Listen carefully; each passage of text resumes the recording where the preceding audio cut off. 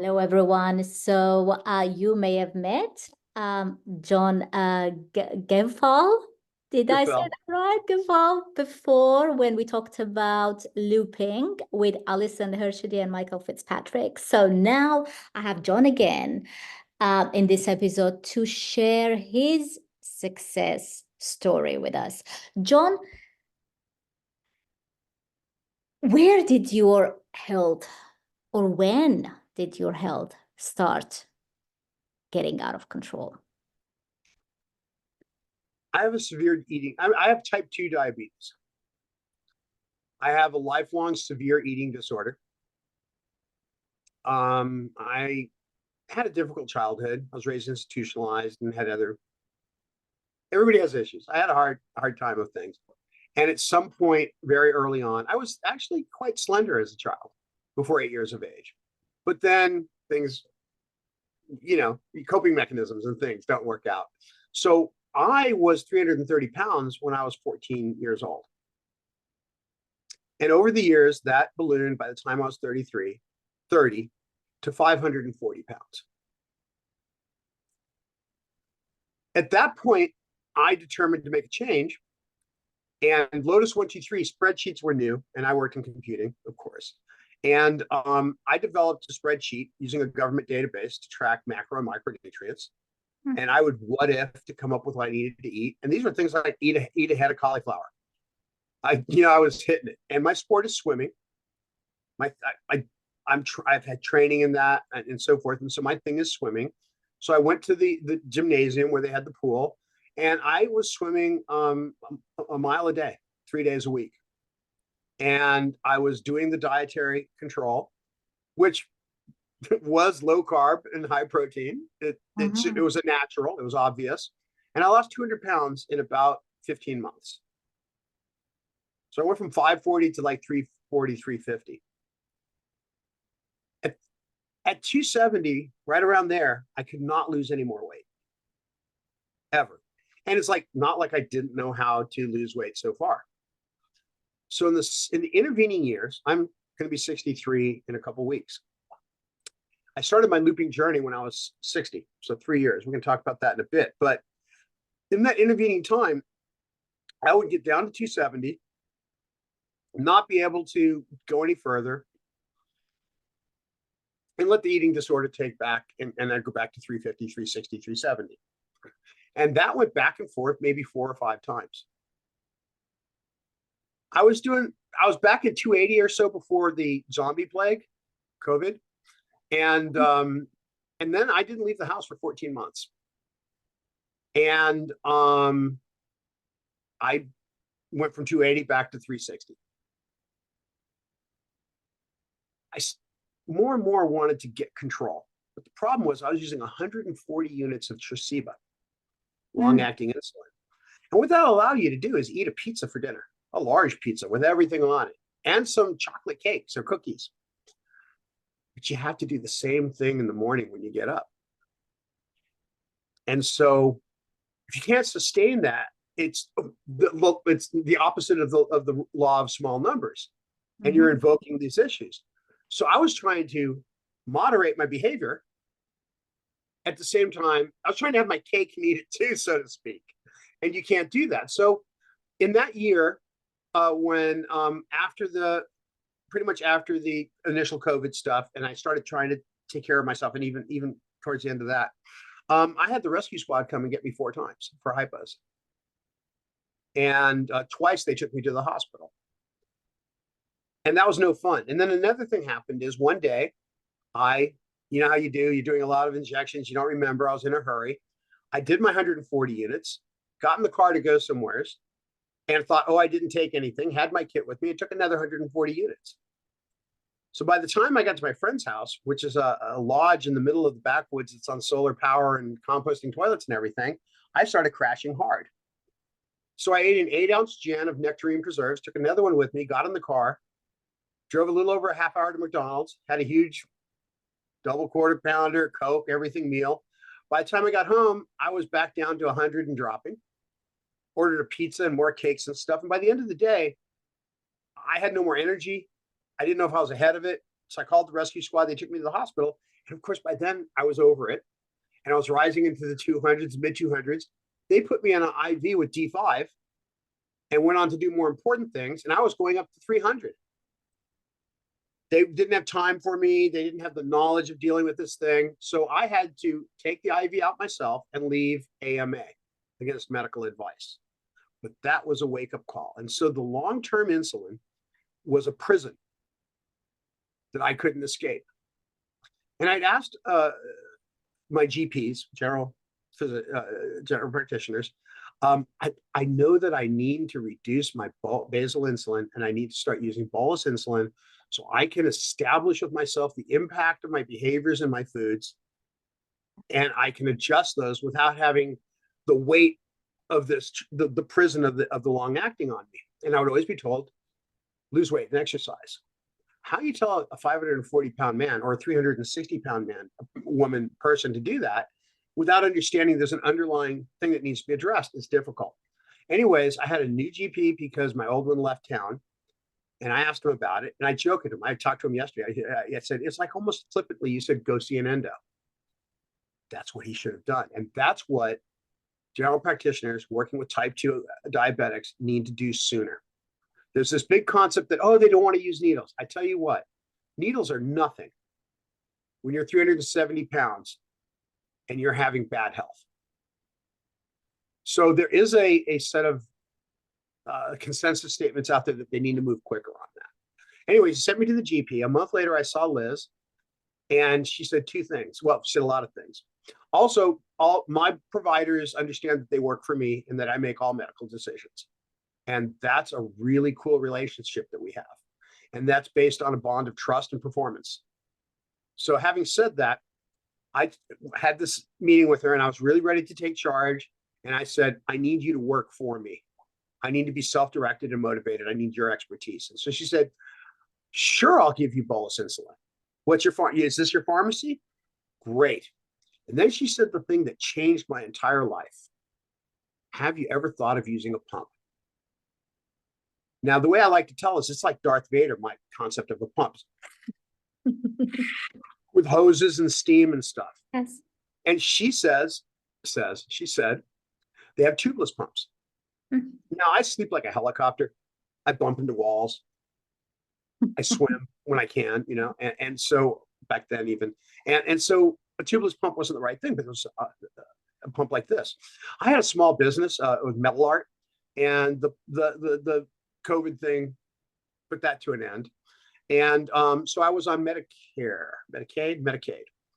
And I got a call from the insulin rep right when I got home. And he said, you know what? Couldn't have done anything for you last month, but it's July, the beginning of July. It was actually July 1st. And the new bump in the whole Medicaid and everything happened. He said, I'm sending you a whole starter setup for the Omnipod. So I was sitting at home. I picked up from the pharmacy the Humalog vial and a pack of syringes. And, you know, even Liz, bless her heart, what she told me was, dose this for a small meal, this for a medium meal, this for a large meal, you know, the sliding scale kind of thing. If you're above this, do that. If you're below this, do that. I'm not that way. I'm an analytical hacker. I had a million tabs open. I was looking at things. The big breakthrough for me was microdosing fast-acting insulin, small, titrated, regulatable amounts.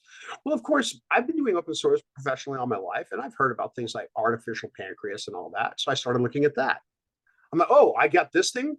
Let me turbocharge it. And so I built Loop like a week or so after starting that. And then I ran open loop for a few weeks. And then I said, let's do Night Scout. And so I saw that T1 Pal had a Night Scout subscription. And even though I do this all the time and could build it, I was in a crisis of my own, which is dealing with adapting and doing this new thing. And I thought, you know what? $12 a month, I'm just going to grab that thing. And in a few months, I'll do it myself. Well, the funny thing is, it was less than like 2 weeks later that Ben and I had a meeting, and I started working here pro bono for the rest of that year. And then at the end of that year, I had established my interest and benefit to the company and all that. And so I started working for T1 Pal for a little over 2 years now. And so I am the responsible for customer support and training, and also mobile app release management. So basically, when you write to me at support@t1pal.com, you're writing to me. And I take a great deal of pride and care in providing that service. So I started using Night Scout. I closed the loop so it was automated, and I just never turned back. I went from a 9.4 A1C with a time in range of under 33%. And I turned it right around. I got to 6 pretty much right away. Got to time in ranges of the standard deviations, of 30, 25, and so forth. And it just went from there. So I've been under 5.7 for over 2 years, and I've been under 5 for just over a year. And it's the Bernstein method. It's low carb, it's high protein. And I've come to realize, I used to say that type 1 and type 2 should not be driven apart. We are people who use insulin. I've even gone further now in my zealousness to the understanding that whole health, body, mind, and soul, is the thing that reduces the burden of all disease. And so no matter what disease you have, even if it's just emotional or unsettlement, is going to be benefited by eating foods that don't trigger negative responses, that give you a good skin tone, that make you alert, that don't have you operating under a malaise that translates to your interactions. But even so, that reduce the effect. And when you have autoimmune, you don't have diabetes, you have celiac, you have this, you have all these different things that come together. And that is a big difference with type 2. And that's why it's a blessing to me. But still, not falling into corporate medicine, not falling into corporate food, what they call food. I went on a long road trip today with my brother, and we're laughing. We're looking at all these fast food restaurants and things, and it's just like, these are not houses with food in them. They're abattoirs. Excuse me for getting an abattoir is a slaughterhouse. And excuse me for going there, but I get zealous about that. I want to let people know that eating food is what you need to be doing, and not stoking your dopamine and being beholden to that. Jon, let's talk about so what happened to your weight, and also what happened to the 140 units of Tresiba? Well, I started looping, and I titrated that dose. My current total daily insulin is in the low 40s. My basal bolus average is 90 plus basal to bolus. I eat 1 meal a day. I don't recommend it. And as the season changes, don't everybody go, oh, this is what I'm going to do to get it done. When I go back to swimming as the season changes, when I'm in my swimming thing, and this started last year before the surgery I had, that's a thing, I got up to swimming a mile a day, 6 days a week. So I learned how to adjust my doses for that and make that work. For me, that was suspending insulin for an hour beforehand and during the hour of swimming, which maybe you can't do if you have type 1. You go for more quickly into DKA or whatever, but for me, that worked. The first times I started swimming, I found that I was 40 in 20 minutes, and that wasn't good. And I was in the water, and I had to grab the rope and bring myself back, and I was like, oh, that's not good. But quickly, I realized what to do, and it worked beautifully. So for me, I can go swim.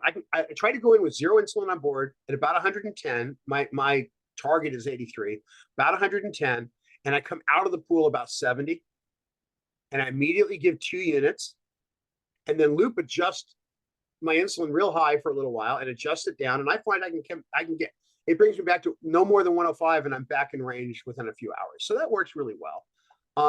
So that's how I reduce my insulin doses, and right now I'm titrating even lower. So my understanding is that too much insulin has other toxic effects. And so you want not to overuse insulin. And as my C-peptide is improving, I'm reversing my type 2. I have to reduce my exogenous insulin to not have a surfeit. And so the other thing is I maintain standard deviation like 11% right now. or 11 milligrams. And I'm going to have to give that up. I'm subnormal glycemic. I have to account for the normal variations. So like I told Allison, as long as I'm 120 or less, 2 hours postprandial, you got a deal. But so that's how I've reduced my insulin doses. And I don't eat foods that I have an intolerance for. Carbs. You know, I was worried that I would trade one eating disorder for another and become anorexic or something, or even bulimic with indulgences and stuff. And I'll tell you what, my dietary change was, it was a few weeks where I started realizing you're not going to have sandwiches anymore, because it's kind of, there's a budget in my mind, and this is not the food I need. And it changed very quickly. But you know what? You like I take beautiful pictures of my food, and the message I want to give is, I'm not anorexic. I love my food. I love to prepare my food. And one of my rules is, I only eat food that I prepare or that my friends prepare.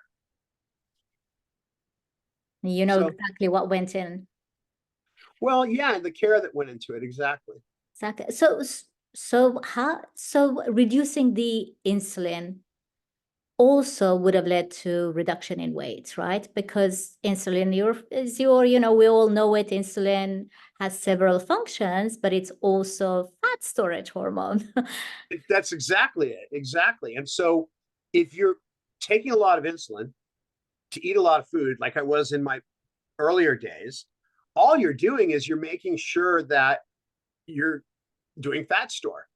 Yeah. And you get bigger. So I'll show you. I'm wearing a shirt that's a couple years old, because I don't buy a lot of clothes. I don't go out. And this shirt was pulled in 3.5 years ago. And so you see me looking in here like I'm one of those kids in the Wizard of Oz or something, wearing some, big adults, two guys standing on top of each other with the big shirt. It's been a dramatic weight loss. And I'll tell you another funny thing. Well, if I may, Allison and I have challenged each other or worked with, we interact a lot. And it's like, what are we doing that doesn't lend itself to improving care? And what I discovered is I snacked. And so don't get angry at me, people. I would have a little square of chocolate a few times a day. And what your rationale was, it's just 5 grams of chocolate. But when you're eating 30 grams of vegetables, and all of a sudden you got 20, 30 grams of little chocolates, even if you're maintaining a 5 a1c, I was feeding into the disorder. And ultimately, when I made the realization that, do I really need this? What's purpose is it serving? So I've removed those things from, even cheese. Oh, cheese is non-glycemic. Cheese is high calorie. And so not everybody needs to do what I do, but I removed those. And so in the last month and a half, I've lost an additional 15 pounds. And I've lost like 3 inches off my waist, which is not the 15 pounds directly, but it also includes reduced post-surgical inflammation. For the surgery I had, you have inflammation for a year or so. And I noticed that there's a marked decrease in inflammation. And as we know, inflammation is the root of all illness, all disease. And even if it's just swelling from the surgery, it's not inflammation in, the kidneys or whatever, it's still the same thing. And so by giving my body that break and not giving it false signals, even these 5 gram signals would make a 50 gram impact in the metabolism, not in my sugar, but in where am I going to store? Am I going to switch in or out of ketosis, for instance? Not diabetic, not DKA, but a ketosis state, right?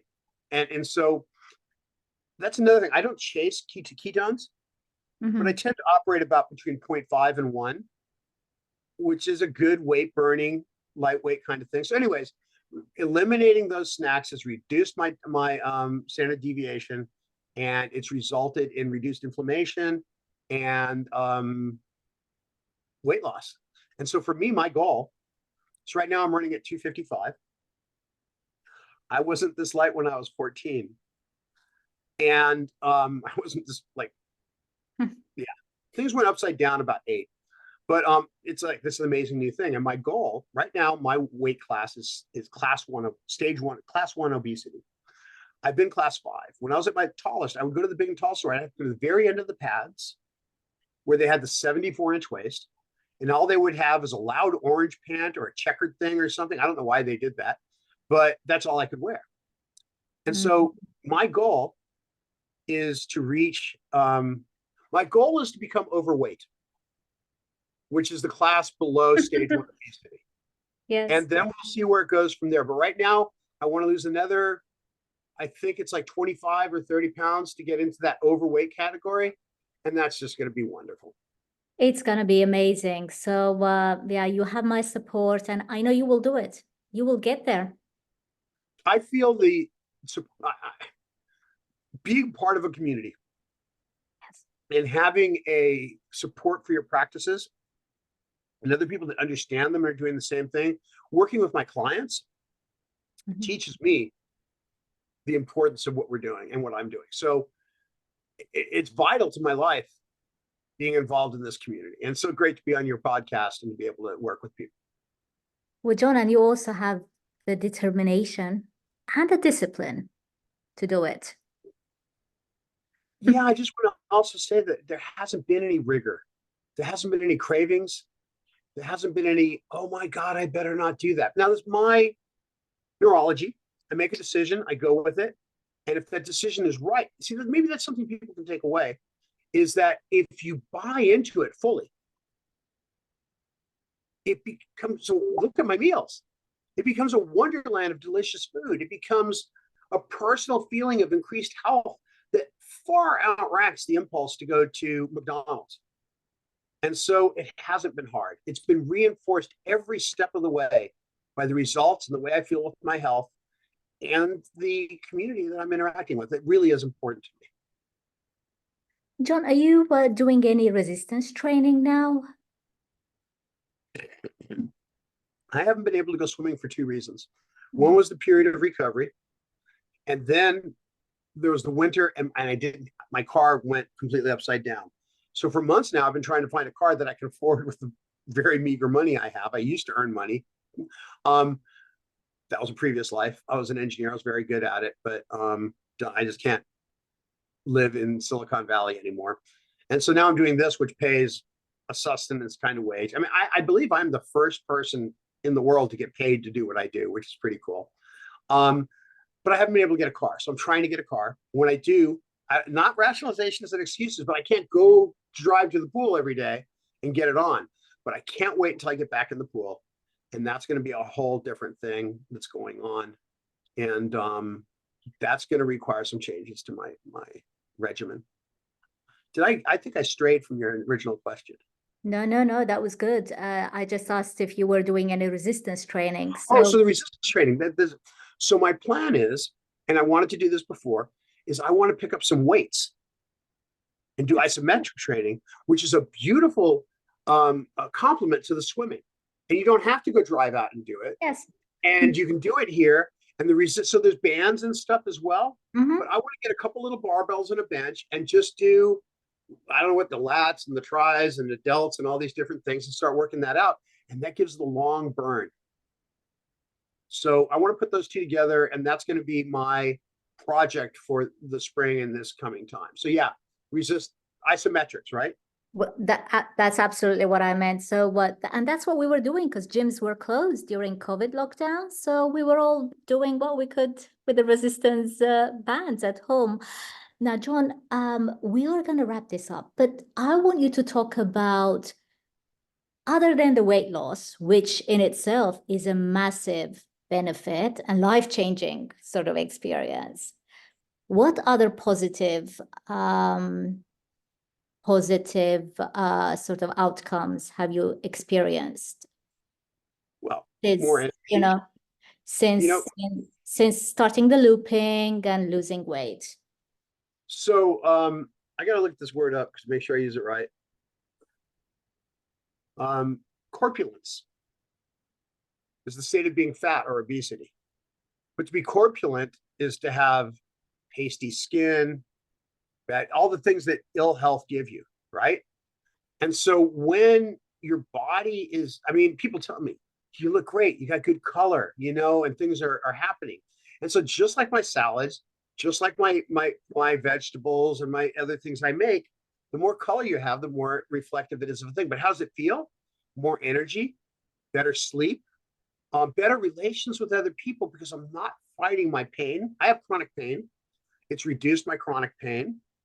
You come online and you have a vibrance, and it shows in your way you work with people. It even shows in the patience you have with yourself and others. You learn patience, you learn forbearance, but you also learn how to hold yourself accountable to yourself. And it's again, whole body, body, soul, and mind. It's all together. And so you give yourself a chance to be healthy. And health makes you happy. So I have a thing I say health and happiness. The one derives the other. Yes. You can't really be happy if you're corpulent. You can't really be happy. And it's not just obesity. It's just this state of being pasty and sugary and unhealthy, and your waist functions don't work, and your other metabolic functions don't work, and your skin is prone to outbreaks and rashes or different things. I don't think I have hammer toes and neuropathy. Maybe a neuropathy is going to turn up, but I'll tell you what, it isn't any worse. And the pains have long since gone. And I don't think it's just because I don't feel anything. I look forward to when they test my toes and I go, oh, what's that? Right. So vibrance, health, mental clarity. And that drives your ability. That's a positive reinforcement that makes this a lifetime thing. And if I may say, I work with a lot of newly diagnosed or even young children, their parents and all. And I like to say, and I'll even say it when I have the entree, is that diabetes can be the best thing that ever happened to you. And it's abstract, but a challenge that you master and that you learn a sense of presence and self-care when you're young informs everything you do, your relationships, the way you build your life, and the way you build this world. So conquering diabetes and being at cause over yourself serves the entire world and yourself. It is godliness. I'm a Buddhist, but you know what I'm saying? It is wholeness and truth. So what does it do for me? It's brought me to there. Well, that's a wonderful place to be. That's an admirable place to be. And Jon, I was just wondering, when you were morbidly obese, were you taking any other medication other than insulin for your diabetes?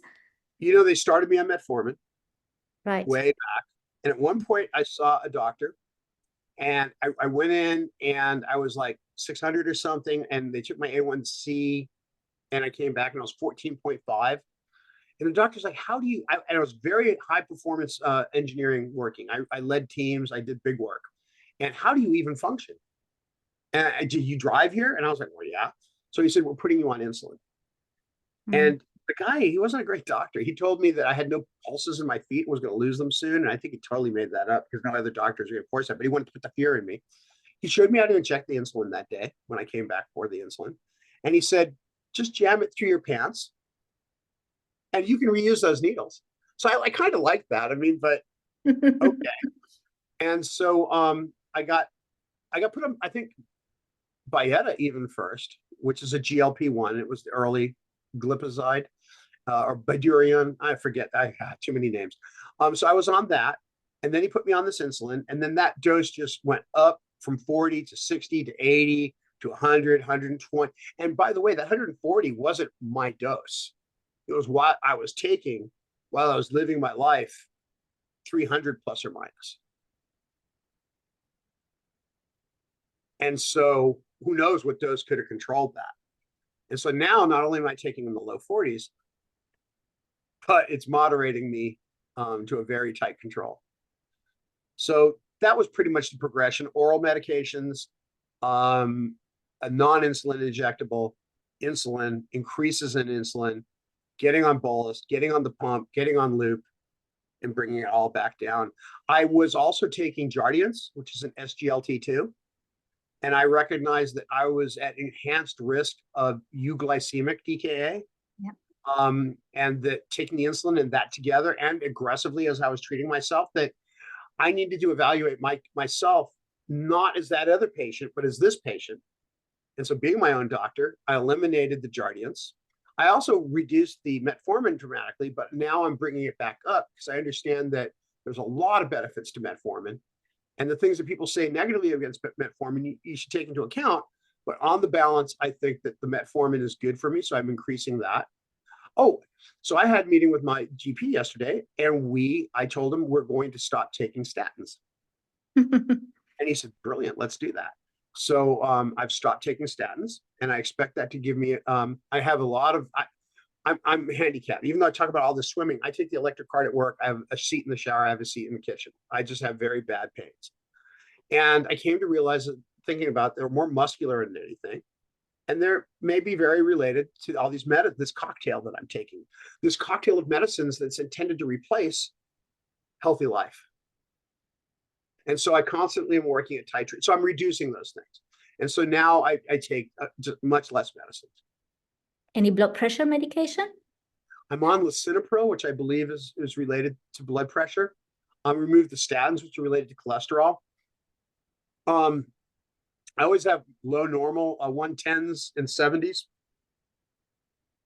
And what, of course, the doctor will tell you is that's because you're taking my medicine. So with the statins, stopping for 2 months, and then we're going to test. And the opportunity is there for me to titrate up from 5 milligrams instead of down from 40. But I'm looking at other ways to deal with cholesterol. I don't want to get back on statins. Lovastatin can have some issues, but I'd like to eliminate that. But that's the blood pressure thing. And to the extent I can reduce those things, eat in a way that influences my blood pressure by nutrition, I want to try and do that. Jon, last question. So you are obviously following a low carbohydrate diet. Are you also doing, or have you done any fasting? I mean, if you're eating one meal a day, you're fasting for 23 hours. People talk about 16-8. I'm like 23 and 20 minutes to 40 minutes. I try to space my meal out, right? So a meal can take me an hour to eat. Yes. But I used to do that. I keep working and I do things and I eat. I live alone. I don't sit at a table and have a meal. And it lets me just pace it out. And it lets me get fuller quicker.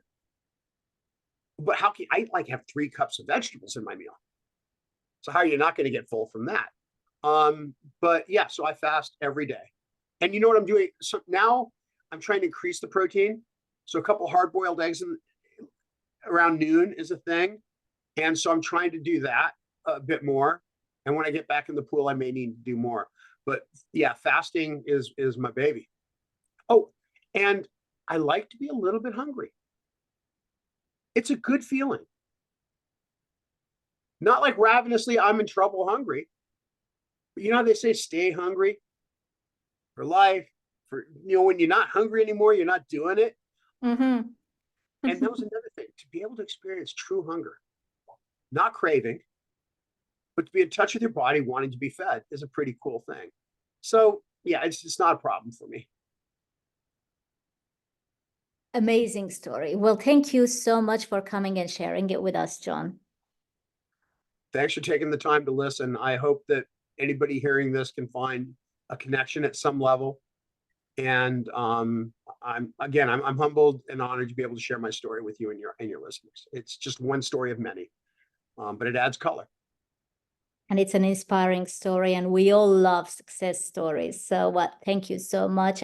Right, everyone. So it's Jon again with me, so we can do an update, because since part 1, since we recorded that that part of your success story, Jon, it's been 3 months now. So I had to bring Jon back in to tell us any updates, any further improvements. So this is part 2 with one and only Jon. Your last name, Jon? Gefaell.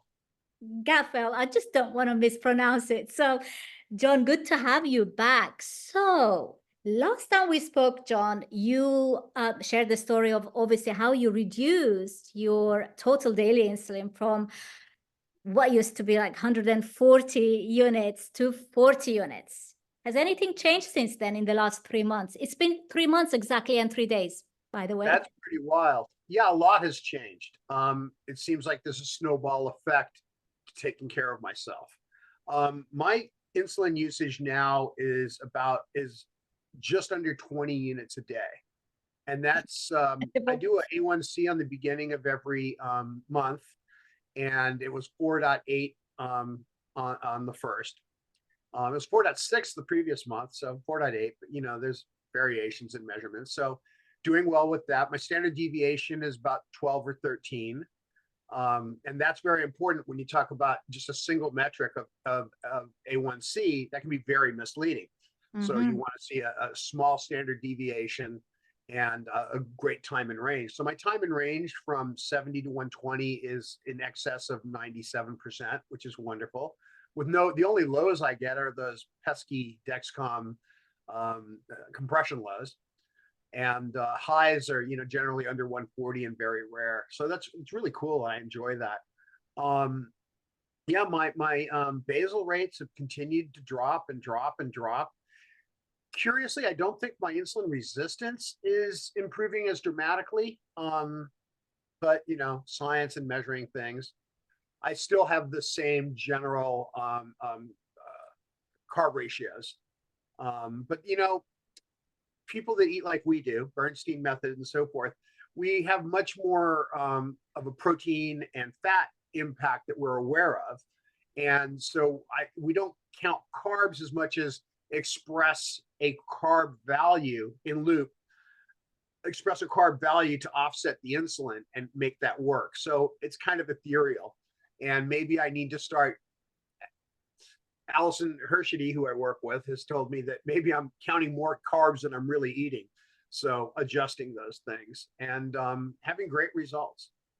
But Jon, I was, I would like to add that if your basal insulin needs have reduced, so now you're able to maintain steady blood sugars, regardless of the food you're eating and the extra bolus you're taking to cover the food. But regardless of that, if your basal needs have reduced, well, that's a sign of insulin sensitivity. So you are becoming more insulin sensitive. It's hard to gauge when things move so quickly. As you know, I eat one meal a day. I eat low carb, high protein, moderate fat. And that works out really well for me. Now I swim a mile a day, and sometimes I augment that one meal a day with a protein snack after swimming. I love lox, smoked salmon. And so I'll have a smoked salmon Scooby snack in the afternoon after swimming. And that it's based on not just hunger, but knowing that hunger is legitimate and how to feed that hunger with something like a little bit of fish. And the addictions to food and sugar and all that have passed a long time ago. So the psychological dependency and the dependency on the rush that you get from eating the foods, it's just not there. The swimming is happening, and I'm about to start lifting weights at home. I'm buying a set of dumbbells and a bench, and so we'll start doing that. I'm getting muscles. It's pretty cool. We talked about that in part one, so I'm glad to hear that you are going swimming. Any further weight loss since we recorded part one, Jon? I'm down around 235 pounds now, which is really cool. The market differences have been in my waist size. I've gone steadily down like 2-3 weeks at a time, 2 inches, 2 inches, 2 inches. So I have I gave them away to the charity, Goodwill and so forth. But I had 48s, then I had 46s, then I had 44s, 42s. Currently, I'm wearing 40s. And next week, I plan to shop for 38s because they're not quite staying up. So a lot of that is coming with the muscles I'm building. I'm not losing weight as quickly as I used to, but I'm definitely gaining some definition in muscles. And so in the pool, I always used to be a floater because fat weighs more. And now I'm actually a sinker. And that's really cool to be a sinker in the pool where you have to work to keep floating. So more muscle mass is a wonderful thing, especially at my age. I'm 63 years young. And actually stronger and bigger muscles will require more protein and more insulin. And there's nothing wrong with that. You know, if you're taking your insulin to cover the protein, I personally don't worry about it. I'm also having one meal, by the way, since we recorded last session, because I was having two meals when we recorded part one. John, you said in part one that your goal was to become from obese to overweight. Are you officially? I want to become overweight. That's a big achievement. So I've got about 10 to 15 pounds. You know, your weight varies all the time, but at 225, according to the math, I should be merely overweight at 225, and that's less than 15 pounds away, which is real exciting. I want to get a DEXA scan so I can get a real, that's a body composition measurement, as you know, and I want to get a real handle on, you know, the factor of your weight and your height isn't really enough. There's the older army method, which you measure your neck for a man and you do that. And the amount of new muscle mass I have, I think that I may already be overweight. So my goal then is just going to be to continue to build muscle mass and lose whatever weight is left over. I mentioned that I had skin removal surgery. My weight loss has been without medical intervention.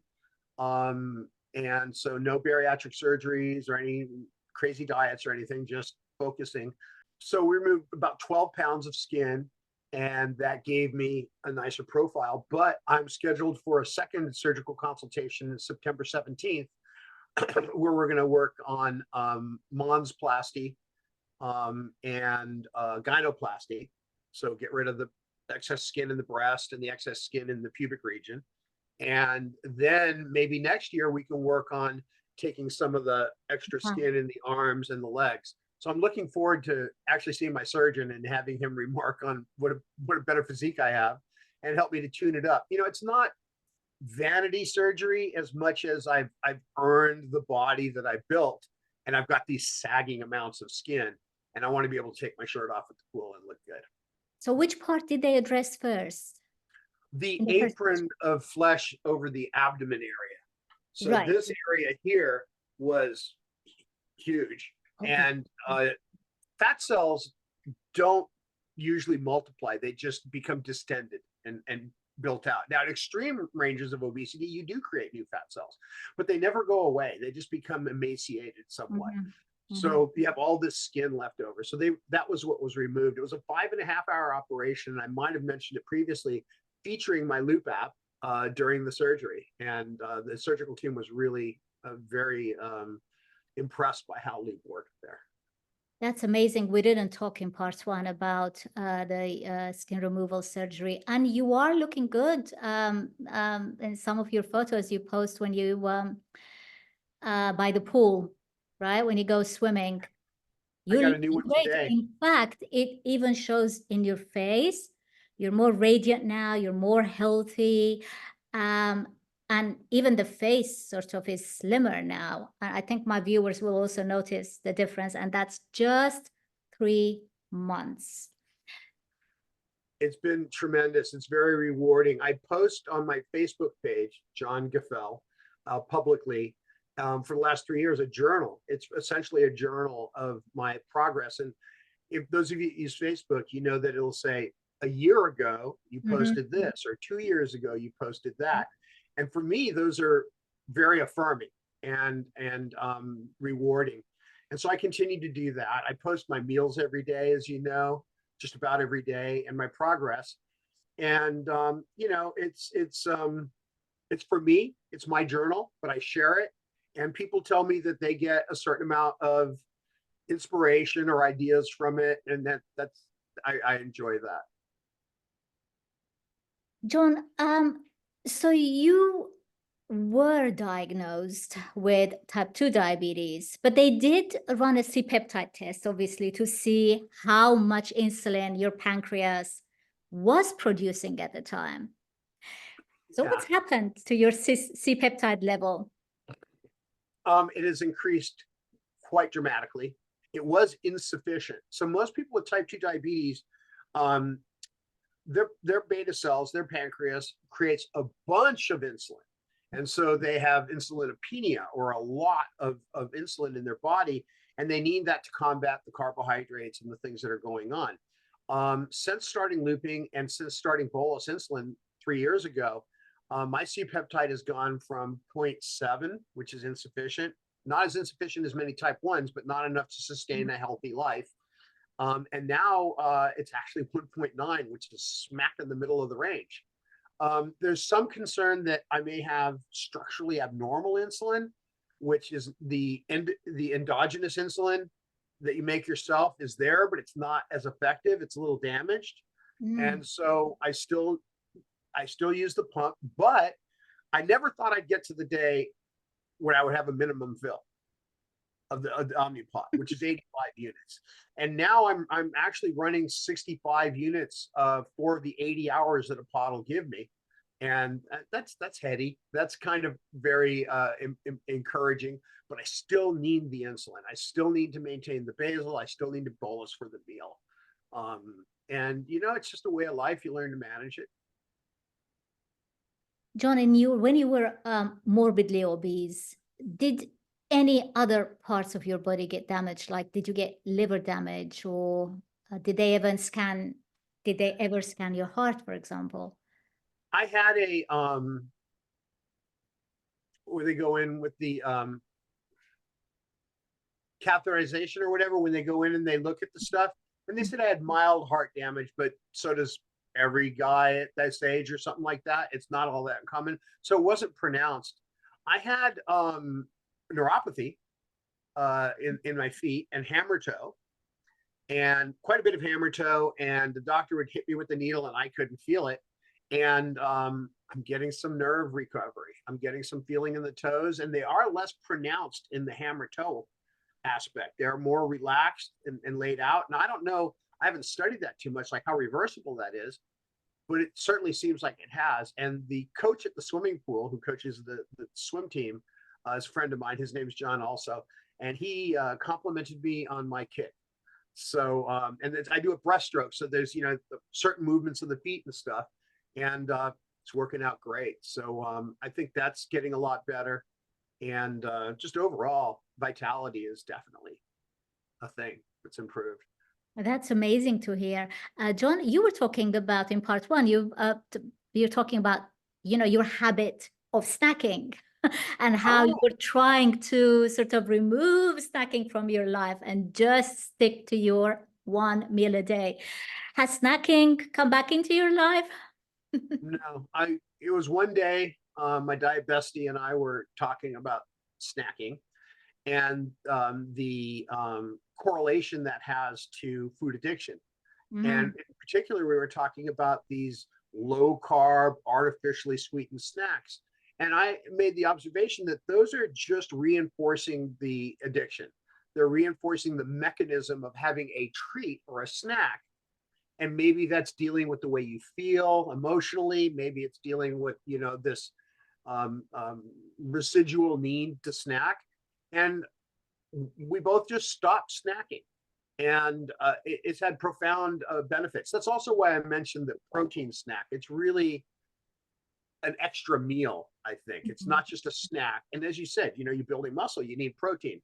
And I'm much more in touch with the effects of the food I eat. So when I feel like I need some protein and I have that meal, I feel completely satiated, satisfied, and satiety. And it just works out really well for me, and I can feel the benefit of it. But no, there's no snacking. As a matter of fact, from that day that we quit snacking, this is the jar of, I'm a diabetic, so I can have bits of chocolate all day as long as I manage my glucose. But glucose wasn't the problem. The problem was the response mechanism, the call and response, the hearkening to that. And in my opinion, the low carb snack foods, artificial, are just there to continue to get your money and keep you in the game. And then when you fall weak on those and you're in a situation where, well, now high carb, high sugar snacks are available, it gives you that continuity to fall right back into that. So for me, it was a matter of breaking the food addiction and the response to it, whether it's low carb or not, and to focus on my meals and the quality of my meals and the foods that I eat. I hope I don't sound too preachy about that, but it's working for me.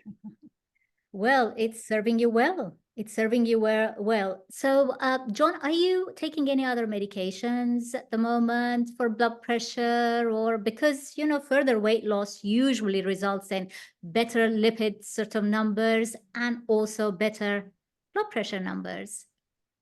Well, I stopped taking statins, and I stopped taking lisinopril, and I also dropped Ozempic altogether since then, a few months. And I'll tell you what, it's my blood pressure is just absolutely wonderful. As a matter of fact, sometimes I'm worried it's almost a little too low. I regularly have blood pressures around 100 over systolic, over like a diastolic of like 70. The really cool thing there, by the way, is my resting heart rate is now in the very low 60s, which, if you look at the charts for somebody at my age and so forth, that's above average, which is really good. Not some Mark Spitz or anything yet. I use the word yet. Not there yet, but it's really profoundly improved my heart rate. And I use Apple Health extensively, which is a database of all your health stats, and it gives you trending and all of that. And so Loop writes to that. But now I have a blood pressure meter that writes through it, and I can manage all of that. And it's really cool to see the results in the Apple Watch, where I get the resting heart rate. So that's all improved tremendously. So I'm brought back in lisinopril. I wasn't a 40 milligram dose forever because they just park you there. Now I'm taking 5 milligrams of lisinopril to help protect the kidneys some. And but I've dramatically dropped those meds. Right now, what I'm taking is my insulin, and I'm taking metformin. I'm taking 2,000 units a day of metformin, which it was like a needle in a haystack, right? But now I can see the benefit of taking it. And I think some people have intestinal digestive issues with metformin, and it gives it a bad name. But it's a drug that's been around for a long time. And if you don't have those issues, it has many benefits. And so I'm enjoying that I'm taking metformin and using insulin and just a little bit of the other drugs, but it's not like it used to be. That was quite the update. So I appreciate it. So hopefully we can talk again, John, in in a year's time, and see where you are after further skin removal surgery, and with you're getting healthier and stronger every day. So I can't wait to do another recording a year down the line. Thank you for the update, John. Thank you very much for interviewing me. Let me address your audience and be part of this. Thank you. Thank you. Bye for now.